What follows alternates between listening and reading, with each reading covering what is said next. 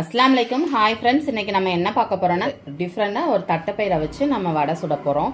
எப்படி இருக்குன்னு பார்ப்போம். இதுக்கு தேவையானது தட்டைப்பயிர் ஒரு 1/4 கிலோ நான் எடுத்து ஊற வச்சுருக்கேன். இது ஒரு 3 மணி நேரம் ஊறிக்கட்டும்.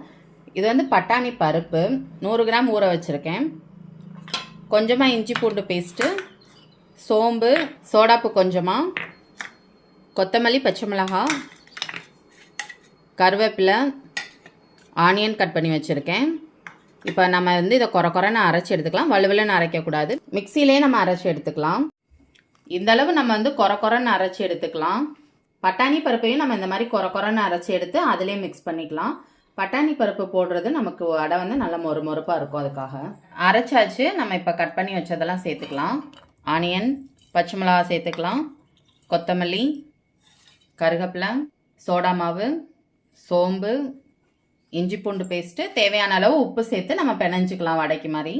இந்த மாதிரி நம்ம குட்டி குட்டி உருண்டையாக உருட்டி வச்சுக்கலாம். இப்போ எண்ணெய் காஞ்சதை நம்ம போட்டு எடுத்துக்கலாம். கொஞ்சமாக கையில் தண்ணி தடவிட்டு நம்ம இந்த உருண்டை எடுத்து இந்த மாதிரி அமுக்கி நம்ம இப்படி போட்டுக்கலாம். எண்ணெய் காஞ்சதும்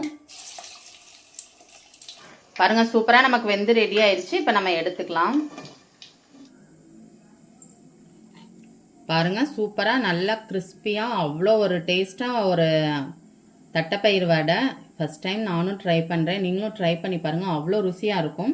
இதுக்கு நம்ம தேங்காய் சட்னியை வச்சு சாப்பிட்றதுக்கு அவ்வளோ டேஸ்ட்டாக சூப்பராக இருக்குது. அல்டிமேட்டாக இருக்குது. நீங்களும் ட்ரை பண்ணுங்கள். Thank you friends.